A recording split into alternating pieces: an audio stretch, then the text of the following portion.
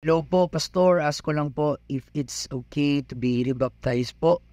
I've been baptized in a young age po, not fully known pa sa katotohanan. Was so reckless back then also. Thank you and God bless po. Yes po, pwede. Pero i-clarify ko muna na there is no such thing as rebaptism.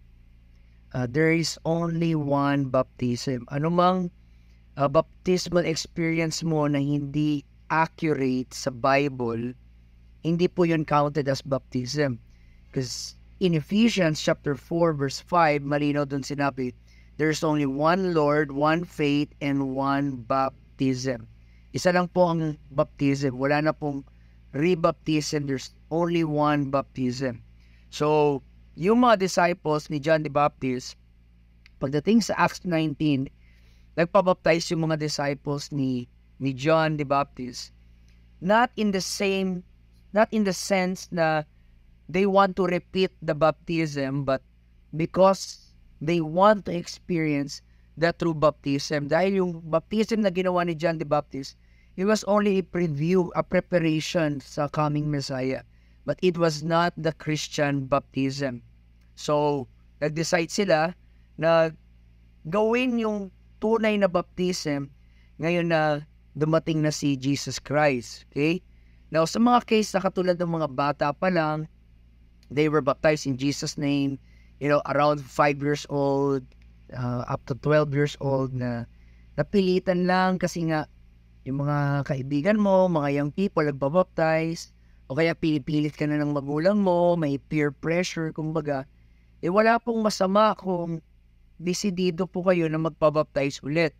Dahil po, according sa Bible, dapat lahat ng ating ginagawa sa Diyos ay may kasamang pananampalataya.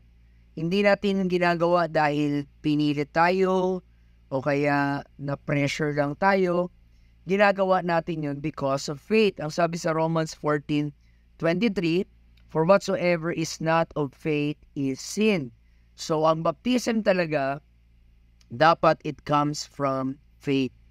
And that faith comes once you hear the word of God. Hindi dapat by force, hindi dapat by pressure, hindi dapat iba ang nag-decide for you. Dapat ikaw mismo sa sarili mo by faith.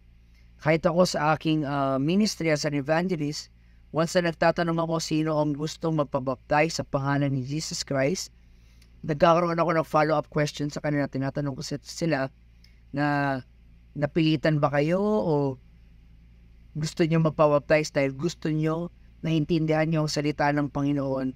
Then that is true salvation. It should come by faith. And 2 Peter chapter 1 verse 10, the Bible says, make your calling and election sure. So, kung hindi ka pa sure sa baptism mo, na yung baptism na nung bata ka pa, ay ipag-pray mo at humingi ka ng guidance sa Panginoon, leading ng Panginoon, guidance din ng iyong mga pastors and spiritual advisors. At kung yan talaga ang leading ni Lord sa iyo at yan ang conviction ni Lord sa iyo, wala pong masama dyan, mga kapatid. Wala pong masama. Maganda nga yan na sinisigurado mo talaga na yung buhay mo ay align sa salita ng Panginoon, because this is a heaven and hell issue. This is salvation issue. So wala pong problema dyan, okay? Godspeed.